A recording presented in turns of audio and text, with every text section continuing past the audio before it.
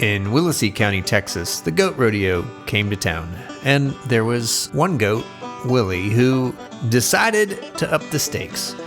She escaped the fairgrounds and turned the whole town into one supersized goat rodeo. She evaded townspeople as they tried to capture her on foot, horseback, even on ATVs. Willie hid out in cornfields and backyards. Getting increasingly desperate, the community began to assemble rewards for anyone who could lasso this goat. They offered brisket, beef jerky, bales of hay, even a photography session with Willie, and eventually, after 2 weeks, she was safely returned to her crew. The story of Willie makes it clear that wrangling goats is hard. In fact, I'd bet anyone who's ever handled goats would tell you you can expect they're going to bring a little chaos.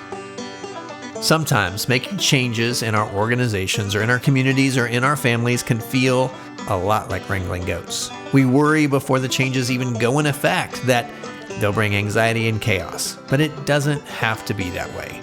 Leading people through change doesn't in fact have to feel like a goat rodeo.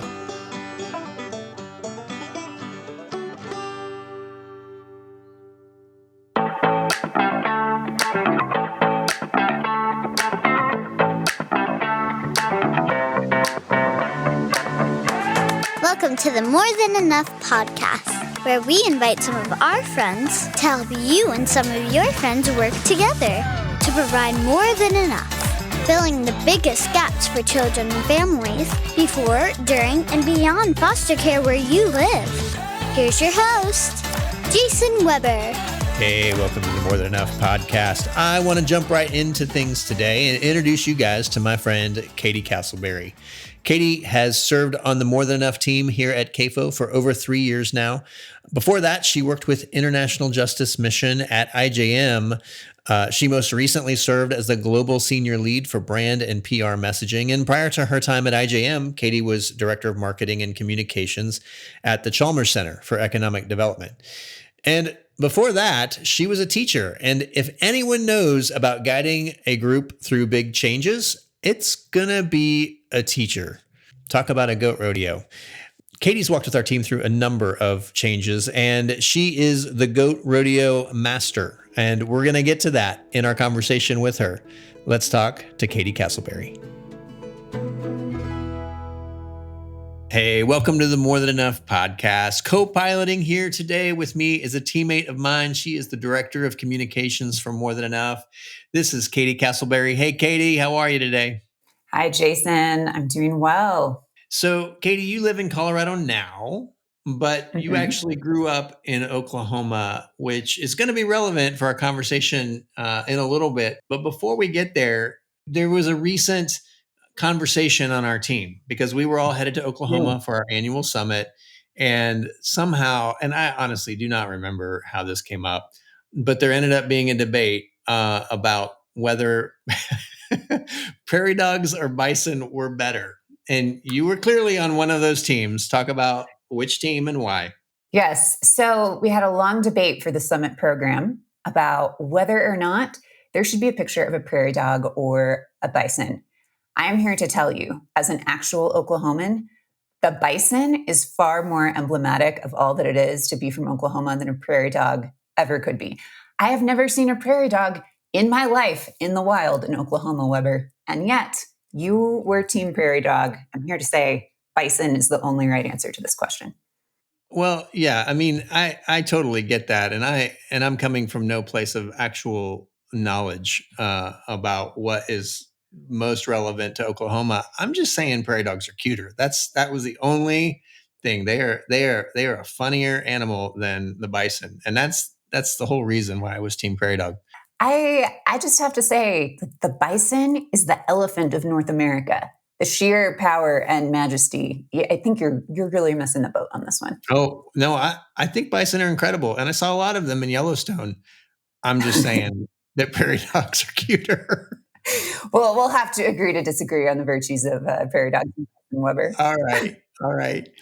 You have been involved in the communications world. You're our Director of Communications.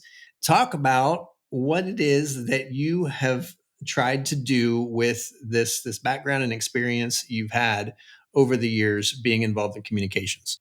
Yeah, my whole career at this point has focused on inviting people into seeing complex or potentially bewildering things as an opportunity to really bring beauty and clarity. And I've done that through equipping the body of Christ to care for vulnerable people, whether that is in my background in economic development or protecting women and children from violence and trafficking, or now helping communities care for kids and families in foster care. But I love using communications, using the creativity of writing and design to move more people into caring for their neighbors. Yeah, and one of the things that we discovered about you being on our team is, early on we would have this process where we were walking through just how do we talk about the work we do and how do we communicate that to others, and you were walking us through this process of deciding that and figuring out what are phrases and pieces of language we use and don't use, and how should we talk about this and not talk about this? What pictures should we use and not use? Like all of those things were things we were talking about. I remember thinking as you were walking us through some of those things as a team, wow, Katie is really skilled at helping us navigate through these complex issues, these things that are going to require some change. She just is naturally gifted at this process, at making sure that the right people are involved at the right time and getting input from whoever needs to give input. And I just thought it was a natural ability that you had. And after watching you do it a couple of times on some other things as well, I asked you about it. And I said, hey, you seem to be really good at this. And I should have known better, because anytime I've ever run into somebody who is skilled at something, it didn't come by accident. It didn't come just because they were born with it. It came because they worked at it. And I learned that this is something that you have really worked at over the years, is to help lead people through change. Can you talk a little bit about why leading people through change has been such an important part of your life and career? Yeah, I've had firsthand experience working with people who are very gifted at leading change. I've learned a lot from teammates and colleagues along the way. I think all of us have also experienced change that went really well and change that went less well. And so I've been passionate about figuring out how to navigate change, how to lead change in a way that everyone involved feels seen and honored and heard, both because how we do our work matters and because it gets us to a better, more powerful end state together if we go through that process well. So both because of the outcome and the importance of the process, I'm passionate about leading change well.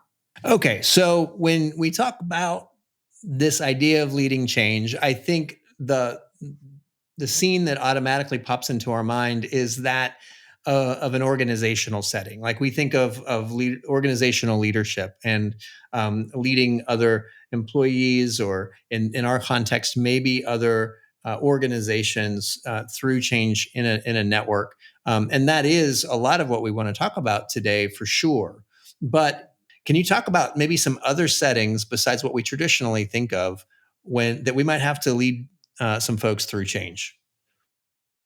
I think it's a really good question, because it's easy for us to think that we're primarily, our experiences of change are when change is inflicted on us, right? But we all in our daily lives are actually navigating change and trying to get other people on board with that change. And so I think even about relationally, right? When someone enters a new stage of life, we've all probably had friendships or relationships with family members that have changed, whether because of distance or season of life, and figuring out, hey, what does a new healthy relationship look like in this season? Or maybe it's at church. You're, proposing that vacation Bible school that's been done the same way for 20 years might need a little bit of a refresh. Or maybe it's even just broaching to your family, hey, that family vacation we've taken to the same place over and over, can we change that up? These are things that have tripwires and places where we can get stuck before we even realize, oh, we've just introduced something that it's creating a little bit of tension. All right. Well, we're going to dive into some of the nuts and bolts of leading others through change, and we're going to do it right after this.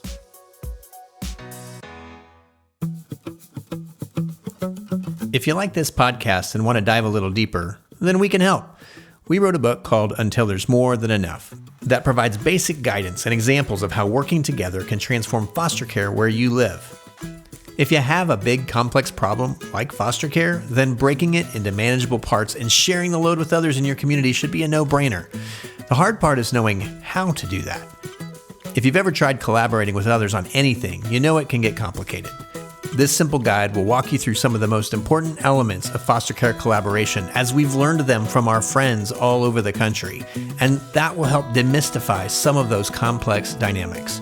You know that foster care where you live could be much better for children and families, and you know that you can't do it alone. You can order Until There's More Than Enough on Amazon. But if you need 12 or more copies for others in your church, organization, or community, you can get a bulk discount. Just go to the show notes for this episode at morethanenoughpodcast.org. Again, that's morethanenoughpodcast.org. Just go to the show notes and find a link there for our bulk ordering page. All right, let's get back to the podcast.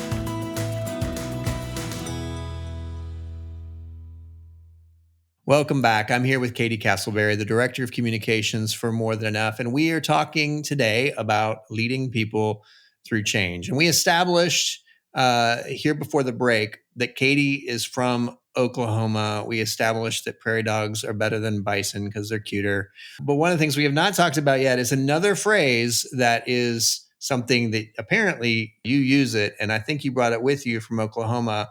And it's pretty relevant to what we're talking about today when it comes to leading change. And that phrase is goat rodeo. So explain to us the concept of a goat rodeo. Yes, I still remember the first time I used this phrase with my team at the organization in DC. I was working out there, and everyone just collectively looked at me and was like, Katie, what is a goat rodeo? So let me introduce you to this phrase. Basically, a goat rodeo is something that is really chaotic, really messy, very confusing, and generally pointless. Didn't need to happen, didn't need to be that way. Imagine wrangling a bunch of goats. This is both not particularly fun or even particularly entertaining to watch, right? And I think sometimes change can feel similarly chaotic, messy. Sometimes when we're experiencing change, we even wonder if it might be pointless. What's the payoff going to be of this change? And so as we're leading change, whether in our families, our communities, our organizations, we suddenly find ourselves being a goat wrangler, right? We've got to figure out how to wrangle this change and move in a direction that leads us to a better future. But how do we do that? Navigating that change in our communities isn't always simple. So how do we move from that goat rodeo to a place where people are unified and on board and feel empowered to take the next steps in the change? And so when we're facing this herd of goats we're trying to wrangle, essentially this change that can feel so chaotic, we're asking people in our communities, in our circles, to walk across the corral in the midst of all this chaotic change, right? And getting them to do that is a pretty big ask. Sometimes it's hard to convince them that it's worth walking across the corral. And so that's really what it comes down to with change management. How do we lead people to the point where they're confident and all in enough to do that with us? Okay, so you've talked about before when you're trying to get somebody to walk across the corral, and there's goats everywhere. It's it's a crazy scene. There are a couple of options. What are the options for getting those folks across the corral? Yeah, there are two main options. And here I would like to give a big virtual footnote in this podcast to John Cotter and his book, Leading Change, which has been super helpful for me. It's one of those places where I picked up some of these skills along the way. But Cotter outlines two main approaches, right? The traditional approach is change management. Change management focuses on trying to contain the chaos, right? It says, okay, I'm going to tie up the goats. I'm going to clean up the corral. my job's done. Now everyone just needs to walk across the corral because I tied up the goats. I've done my part, right? And change management relies very much on spreadsheets and status updates and mandatory trainings and approvals. And if you've done those things, your job is done and people are supposed to be on board with the change. And the finish line is really just the end of the project, right? So that's one approach, change management. Cotter suggests that a more helpful approach is one of leading change. And leading change is people focused. It's not so focused on those spreadsheets or just task lists. It says, okay, yeah, I've tied up the goats, I've cleaned up the corral, but my job isn't done until you feel confident walking across the corral with me. And so the focus is on guiding people until they are confident to embrace the change, until they understand the purpose for the change. And so it emphasizes casting that vision, involving people in the process. And the finish line, as a change leader, the finish line isn't until people feel confident. It's not about inflicting your change on someone else once you've gone through the steps. I find that distinction really, really helpful because the first example you gave feels really focused on managing the chaos around and really focused on the change itself. The second one feels really focused on the people and how they're doing. Absolutely. In fact, I think there's even a change management trap because change management tends to be so focused on the project. You can actually get really defensive of your change. You can start protecting your goats from your people rather than focusing on serving your people. So on a practical level, a story from earlier in my career, my first attempt to lead an organization through really clarifying our messaging and our language. How do we describe who we are, what we do, describe all of our programs? My first attempt at that, I was very much in a change management mindset. I had all the review meetings. I set up one-on-one meetings with every single person in the organization, so 20 plus meetings, to walk through my proposed language line by line, right? I was like, everyone has buy-in. Everyone's had an opportunity to speak into this. Then I rolled out the language and no one actually wanted to use it. And if I'm being really honest, I got a little bit defensive. I felt like I've done my job. Why aren't people wanting to use my language? Why is everyone still using the 5 different versions of language we've had floating around for years? And I actually got a little bit frustrated because I was being protective of my project. I felt like I had done the steps. And so it was everyone else's job at that point to just get on board. And so I got protective of my goats rather than saying, okay, well, my people aren't ready to walk across the corral with me. Yeah, what a great example. Okay, so what are ways in which, like practically speaking, you can involve people in this process in a way that feels good to them? And I'll just say too, is not patronizing, right? Like I think that very often when we talk about change management, traditionally, the way we think of it as, well, we need to involve people so that they feel invested. But there's almost a manipulative undertone to that, right? So how do we involve people in meaningful ways in the changes we're seeking to have in ways that really matter, in ways in which they're really contributing to that process? It's such a good question because the checkbox approach of change management does often leave people feeling used. Like you met with me because you needed to be able to say you met with me, Mm-hmm. right? And so I think foundational to inviting people into change in a way that feels good to them and where they feel honored is helping them understand the vision, what's on the other side of the change that's worth walking across the corral, right? They need to understand why this change will be beneficial to them or the people they're serving. Why does the change matter? Because that grounds this whole adventure, right? What's on the other side of the corral? But then involving people in practical ways, without having people involved, you don't know that you're making the right changes. The people around you know something, about whatever change you're seeking to make. And they need to help shape the change because they're going to see things, they're going to see potholes and issues that you aren't going to see on your own.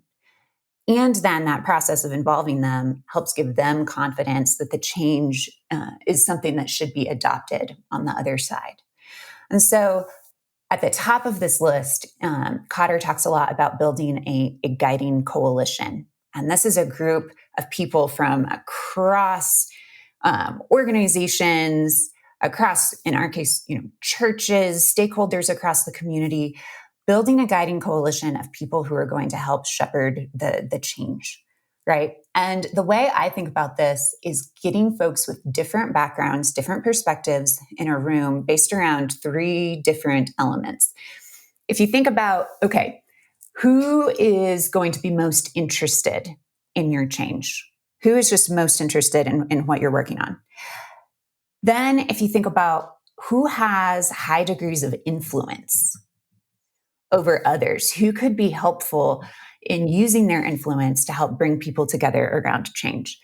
But then I think the one that is perhaps most important and sometimes overlooked is impact. Who is going to be impacted by the change?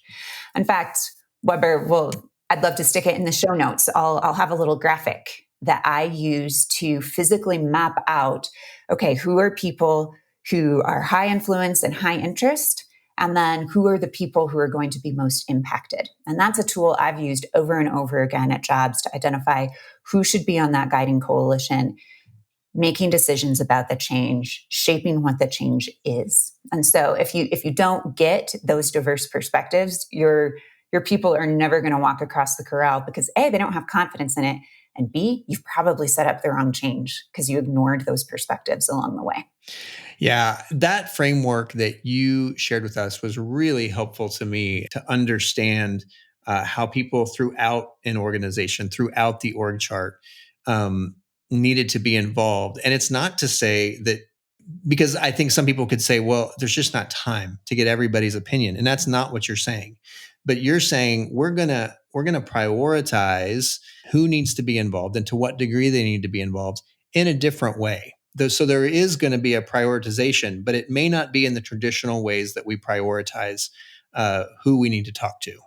It's so true. It's just a different way of thinking about who needs to be at the table. And I've always found that chart super helpful because it also then helped me identify who needed to be involved at what degrees, right? The people who were most impacted and had highest interest and highest influence, those are the people who, I was going to walk through the language I was working on or the project I was working on line by line, right? Then there might be another group of people who are less impacted, but maybe still interested. So maybe I set up some optional meetings for them. I called them workbench sessions, where they could come and speak into it and help me solve a particular problem, or I could ask specific questions, but I didn't necessarily walk through the language line by line with the people in that group. And so when you do this type of mapping for your guiding coalition, it also helps you sort through who needs to be involved in what ways and how to communicate with them about the change. Okay, so when we think about that grid and engaging the right stakeholders at the right time in the right way, how have you seen that play out in real life? What's an example of a time that you had to pay special attention to some of those dynamics? Yeah, so I was part of a team leading a brand refresh across an organization that was over 1,000 people across more than 25 countries. And so figuring out, okay, who needs to be involved at what stage felt a little overwhelming. So I literally sat down with a massive piece of paper and different colors of pens and pencils and started mapping out everyone I could think of in the organization and where they would fall. And I quickly realized, one of my friends in finance, we'll call her Kathy. I realized, you know what? She's not particularly high interest or influence on this project, but I remember her saying something about how this language shows up in the audit. I need to make sure she's involved so I'm not creating language as part of this brand refresh that is somehow going to be a problem in the audit. Or then I realized another one of my friends, we'll call her Laura. She was incredibly influential internally, just in terms of team culture. She was incredibly sharp, would provide valuable feedback, but was honestly not the person who wanted to be involved in every committee, right? She was out there doing her job, but I knew that tying her into this project was going to be important for building internal momentum around ultimately adapting the language.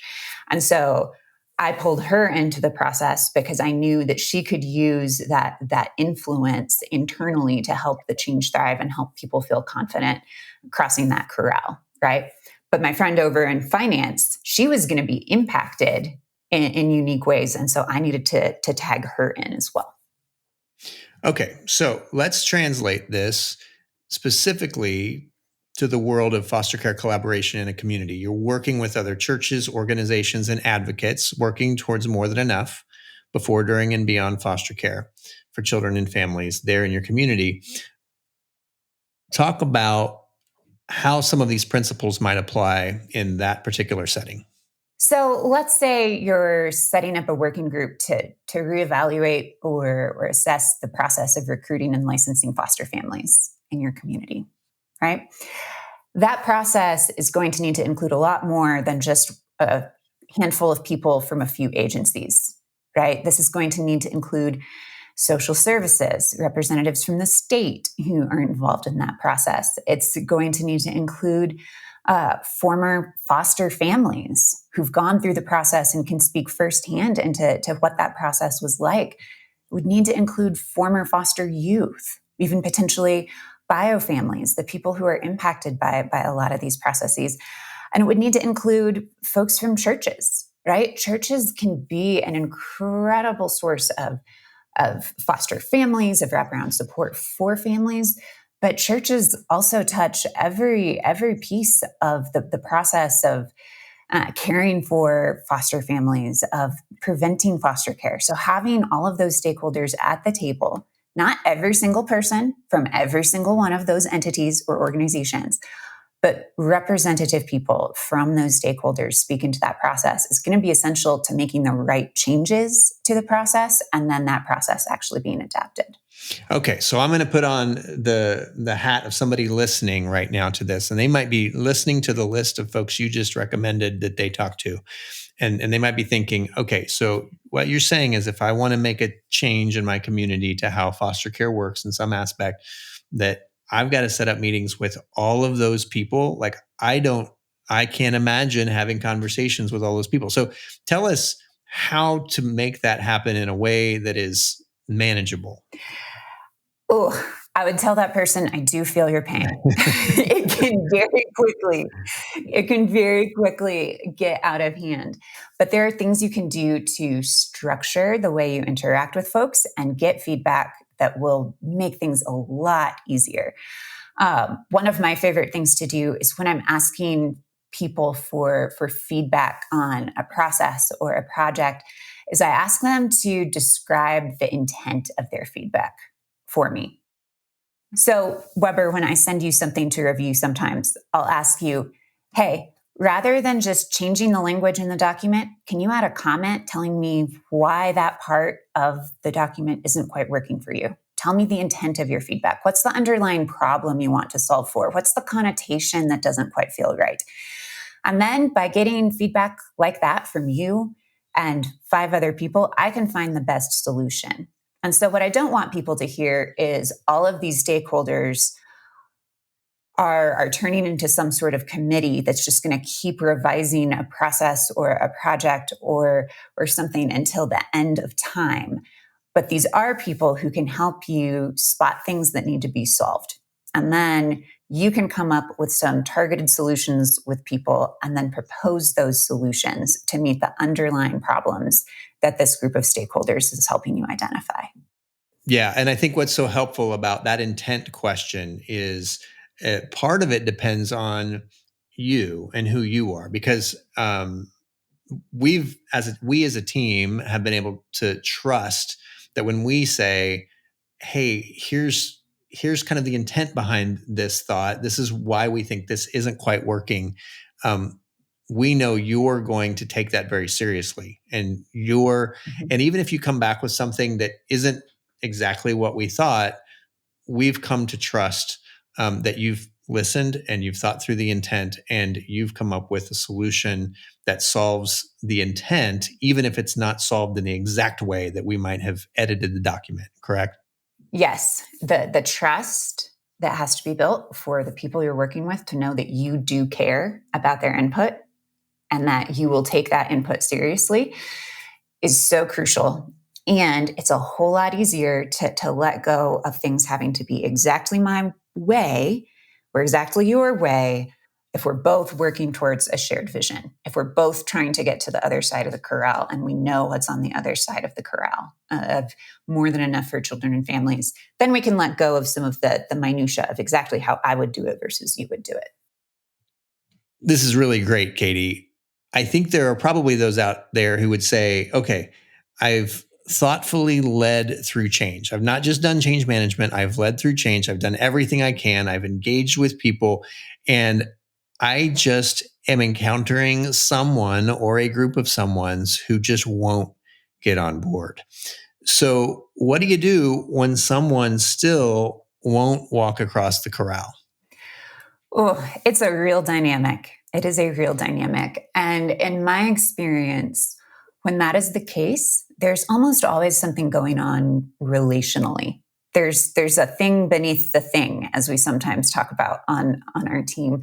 There's something deeper going on. And so at that point, it really shifts towards being less of a question of leading change and more of a question of restoration of trust and conflict resolution. And so that loss of trust, that conflict might be linked to something involved in the change. Maybe someone lost a little bit of power or authority that they once had. Maybe someone felt like their voice wasn't fully considered. But at that point, it's almost always the right moment for a little bit of a time out to do some relational trust building or restoration.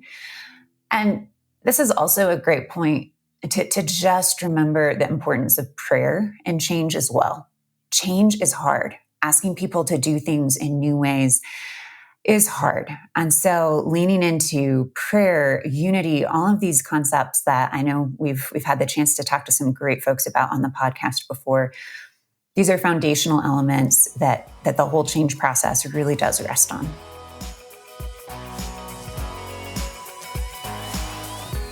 Katie closed us out there. She mentioned a few other podcast episodes and resources that might help you as you build trust and relationships with the people you get to work with in foster care. I'd personally recommend episode 3 of this podcast. That episode's called Rooting for Rivals with Chris Horst and Peter Greer. And I'd recommend their book as well by the same name, Rooting for Rivals. You'll find links to that episode as well as the link to the book that Katie mentioned by John Cotter called Leading Change. You'll find both of those links in the show notes. And after this break, we're going to talk to someone who's been working in child welfare for over 3 decades, and they've had a front row seat to a lot of change. Right after this.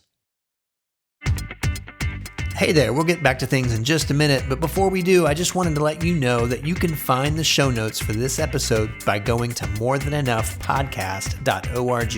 You can find out more about our guests and what they do. We'll also have some resources there that can help you take your next steps to bring people together in your community to provide more than enough for children and families.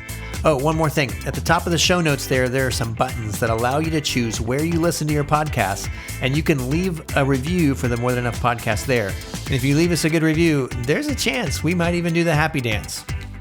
Okay, well, chances are there's going to be no dancing, but you will make us happy. Reviews help us to know what we're getting right and how we can give you more of the same. Again, all of this is at morethanenoughpodcast.org. All right, let's get back to the episode.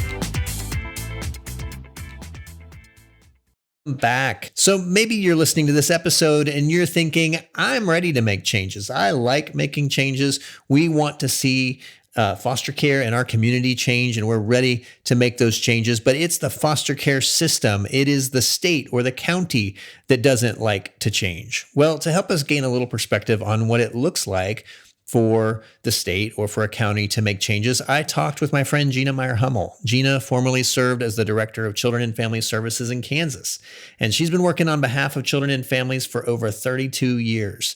She has a lot to share about her experiences and shares ideas to encourage us as we come alongside child welfare workers in our own communities and seek change together.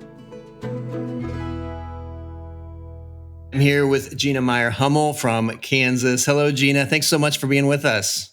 Hello. Thank you for having me. So, Gina, you have held a lot of positions over the years. You have been the former Director of Children and Family Services for the state of Kansas.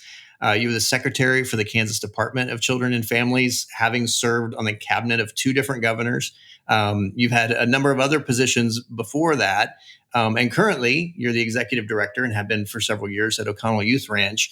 All of that adds up to over 30 years of serving children and families in Kansas. So first of all, holy cow. That's fantastic. As you know, we're talking today about leading change. And with over 30 years in child welfare, I'd love to first ask you, what are some of the most significant changes that some of the organizations you've led have had to navigate? Well, I think that's probably one of my favorite things to do just in general. I mean, early on in my career, Kansas privatized child welfare services. And so one of the things, that was happening, this was years ago, but I could have stayed back and I could have continued to be a state child welfare worker and stayed kind of in a safe zone, so to speak. But I threw myself into working for the private sector early on in child welfare in Kansas because I really felt like that's where the work was. That's where the hit the ground running with families was, and really felt like called to be in the middle of all of that in that arena, so to speak, to help kind of lead the way with new providers taking the reign in child welfare who really hadn't done that work before in Kansas. And so one of the things I guess I would just simply say is you have to risk getting involved. You can't sit on the sidelines and kind of criticize what's going on, but you have to really be willing to get in there and work through the process. One of the things that we did early on then was really help to facilitate a number of adoptions. We had a number of young people who were moving through the adoption process, and their rights had been terminated by the court system and things like that. And the state system really hadn't worked with any sense of urgency to get those young people adopted. And so one of the first things I did as a young administrator in the privatized system was really like, let's figure out who these young people are. Let's figure out where they're at in the adoption process. Let's figure out how we can help facilitate adoptions. And we really set a goal, and it ended up that we facilitated 1,000 adoptions in 1,000 days, which was unheard of at the time. I mean, things just didn't move that fast, and it wasn't anything that we had done other than we turned the light on and we focused on it, and we made the system focus on it. So we just acted with urgency and decided that was going to be a key focus because those young people deserved it, and those families who were waiting on those young people deserved it. And so that was one of the first things I felt like where we really challenged the system to move differently than it had in the past, and it was to the good of the young people and the families that we were serving. What you just said was so packed full of principles about change, and I want to point out 2 of them really quickly. One of them is you said you have to risk getting involved, and you used the word risk a few times. And I think that's really important to recognize that risk is a necessary part of change. Whether you're going to a restaurant, you're going to order something different than you've ever ordered before, you're going to change what you order. That's a risk that I usually am not willing to take. When we're talking about really important things, risk is an inherent part. So can you talk a little bit about that aspect of change? Yeah, absolutely. And I never entered a system without doing a little bit of a risk assessment about kind of what's happening, what's going on, kind of taking a survey of kind of the current situation. So it's not just like a haphazard, just jump in the middle without having thought about where you're going to go, or without having forethought about what's the problem, or what am I trying to address. So I mean, really, you need to kind of sit and mull over and think about it for a little bit, and then really, I guess the point of that is you may not always have the answer, right? I mean, part of it is you understand what some of the problems are, and you may understand some of the difficulties. You may not always have the answer, but you have to be willing to risk doing something different. If we don't like the results we're getting, if we don't like where we've been, if we don't like what's happening, we've got to be willing to take an assessment of the situation and then look at what can I do that reasonably has a reasonable chance of making some kind of impact, and move. Yeah, that's so good. That's so good. And the other thing that you said was about focus. You said that change is about turning on the light and focusing on something. And I think it can be easy in child welfare for us to look at so many things that there's a ton that needs to be changed, right? Like we are not seeing the results we want to see for families in a lot of areas. But that idea of picking something and really going after it really caught my attention. Can you talk a little bit more about that? Yeah, I think it's a great point. Again, always kind of looking at what your risk assessment says, but also, looking at where you think you have a reasonable chance of making a difference, right? And then really choosing that wisely, and then focusing. So, for example, when we started talking about the 1,000 adoption, 1,000 days, and then you really started moving through the process, it was simply removing barriers. So one at a time, one particular child at a time, one particular district at a time, one particular court at a time. So and sometimes when we're in big systems or in big problems, whatever it is, the problem seems so overwhelming, right? And that's true in our own lives as well. And so what we have to do is really kind of peel the pieces back and start to just work through them one piece at a time. And yeah. And, I think one of the perceptions that people have outside of government is often associated with not an unwillingness to change. But I think one of the things that I've learned over time and seen is it's not necessarily an unwillingness, but there are a lot of pressures and a lot of obstacles when you're inside of government that are sort of working against change, and it makes it difficult. So maybe you could, for us, turn on the lights a little bit in terms of what are some of those pressures that are at work that might be making it hard to make changes as fast as you'd like. Oh, for sure. I mean, when you're in state government and you're trying to address the needs of those you serve, right? You have the children and families you're serving. And then you have the legislative body who's continually focusing on your work. Then you have your executive branch who's looking at, so you have your boss, whether that's the governor or his cabinet or, his administration or her administration. And then, so you have the legislature, the governor, then you have your own. I mean, one of the things I think that's really interesting that I think people may not understand is you have your own staff, right? You have a lot of staff who've been in state government and working in state government for a really long time. And they've been through multiple administrators, and you're just the next person coming in trying to tell them how to do something different, or what it is that you think might make the world better and might make things better. And you really have to get their buy-in. And, then there's, think about contractors, think about lobbyists, think about all those other resources that may or may not want change in a system. Some of them are getting a lot of money. Some of them are really comfortable with the way the system has been working for a really long time, or some of them are super mad about the system, and maybe their needs have never been met by the system, and so they're super angry, and they can be really loud, and rightfully so, right? And so that takes a lot of attention. So you have all of these different forces kind of vying, so to speak, that you really are trying to pay attention to all of them and really decipher what's the most important message. What is it I'm supposed to be hearing from all of these various people? And yet, how do I hear them and be receptive to them and still make movement and still push an agenda, so to speak, and push it forward? And how do I get them to buy in to what it is that I think is important to get done while we're here for the time I'm here.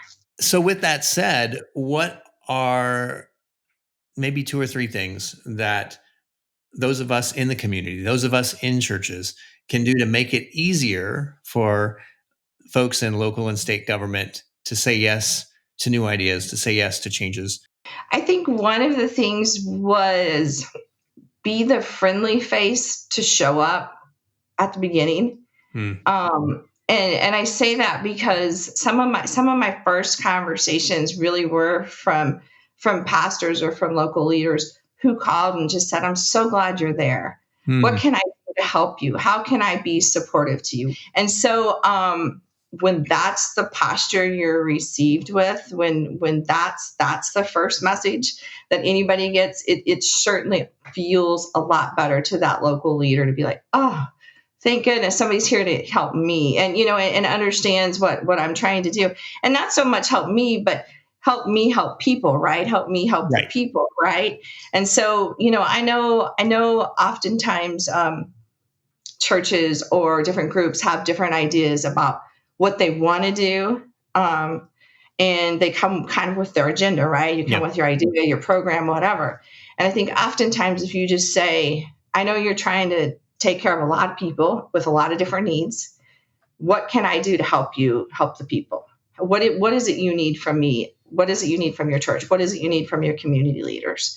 And I think if you show up with that attitude and with that, it's going to change the entire conversation. I think it's just a willingness to approach those first communications very differently. But the other thing is you have to call. And I guess that's the other thing I would say is don't hesitate as a church leader, as a leader of an organization, to reach out and to be one of those first people to reach out and be one of the first people to say, "I want to be in your corner. I want to be there to help you." And I would say that's I still do that. I would do that no matter who's in leadership, whether Republican, Democrat, whatever. If the churches or community leaders' job is to support young people and our families, it doesn't matter who's in leadership. Your job is to take care of families or take care of kids or take care of your community. And so you're like, "I'm here to help you. What do you need from me?" So I think you just approach it, be willing to listen, be willing to change, be willing to answer the call, so to speak. And people will receive you and you'll have a seat at the table. Well, thank you so much for taking the time to be with us. And more than that, thank you for just over 30 years of service to the children and families of Kansas. That's amazing. And we're grateful for you and grateful for the insight you've given us today. Awesome. Well, good luck. It's been my privilege to do the work, so I appreciate you. Good to see you. You too. Gina was reflecting on the start of her time as the director of Children and Family Services. She talked about those leaders that showed up consistently with a posture of flexibility. She remembers the phone calls from local churches and organizations who just wanted to offer their support and help her help people.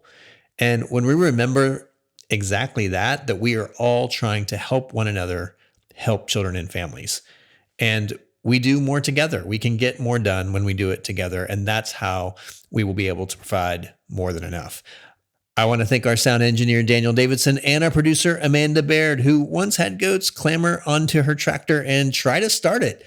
Although they only managed to turn on the headlights. Goats might be smarter than we think. All right. Well, hey, thank you for everything you do for children and families in your community. And we're here to help you do that until there's more than enough.